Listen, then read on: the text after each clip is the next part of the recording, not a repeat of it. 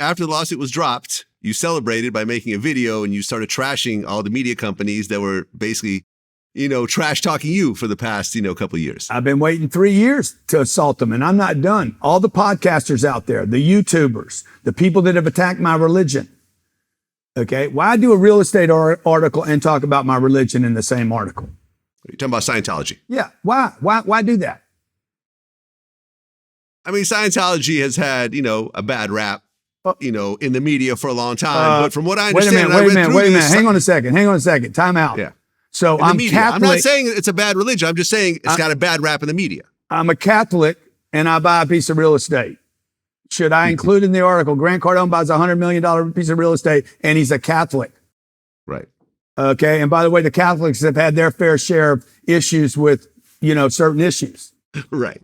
In the 2023, when I can cut my dick off, in fact, and convince my children to do it, okay, to confuse people like, oh, that's okay to do, but what it's okay to trash somebody's religion because it's controversial, because it gets a headline, because it's clickbaity, because that's what people remember, that's how you get viewers. This has to be stopped in this country where people are trolled like that because of their choices, whether it's their sexual choices, their racism, or the color of their skin or the religion they have. That clickbait, bold title has to be stopped by these podcasters, YouTubers, and fake media companies.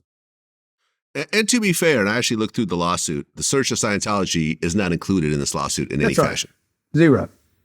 Yep. So why would these groups, these podcasters, YouTubers, and fake media outlets even have that as part of the article? Well, you trashed a bunch of media companies after the lawsuit was dropped. Was Huffington Post one of the media companies that you trashed? 100%. It's a garbage dump.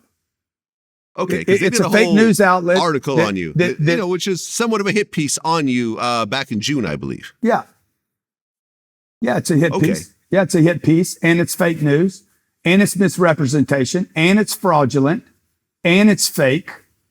Okay, and it's a pyramid scheme, by the way. Everything that they said I do, exaggerating realities, that's what they do. These people post stuff. They don't even do any research. I don't know if you saw the video that I interviewed one of the people, the journalist from Real Deal that never presents the real deal. Okay. The Real Deal, I interviewed this guy and recorded the entire call. He admits that they don't even do any research. In the Huffington Post article, there's a section of it which basically says that there's lawsuits where people get into these $500 or $800 a month contracts with your company, and they're saying they can't get out of them. Can you address that? A company gets in a contract with me, agrees to pay me $30,000 over 24 months. Ford Motor Company, Nissan, Toyota says, hey, we're going to pay you $1 million for a 2-year contract. Yeah, they're not getting out of the contract. And that's that. That's that, bro. You signed a 24-month contract. I go buy a Toyota and finance it for 96 months. They don't let me out of the contract. I don't know. I don't even know what they're talking about. Okay. Okay. You do a subscription with Huffington Post. So they're basically trying to get out of the contract by suing you. You do a subscription. You agree to do a subscription with Huffington Post, and you pay $89 and decide after a month you don't want to keep it anymore and you want your $80 back. They're not going to give it back to you. That's true. And again, they're confusing different businesses, by the way. They're trying to trash me as a real estate guy. Then they add the Scientology piece to bring in around religion. And then they go to this other business that I own. I own 11 companies, and then want to find some garbage with the 160,000 contracts that I did last year out of my other business, where I had 160,000 consumers give me money. But they want to take one person and said I couldn't get my money back. That's right. You signed a contract, bro. Yeah. Yeah. And they try to kind of paint the person as they had to go into their credit card debt and they can't pay their rent and their bills because of this contract. But You're right. At the end of the day, you sign a contract, you got to fulfill the contract. If I sign a lease, I have to fulfill the lease. Now, when the lease is over, I can leave. Exactly. There you have it. And I've always been very transparent about, hey, if I agree to do something with you, I'm going to do it. If you agree to do something with me, I'm going to hold you to it.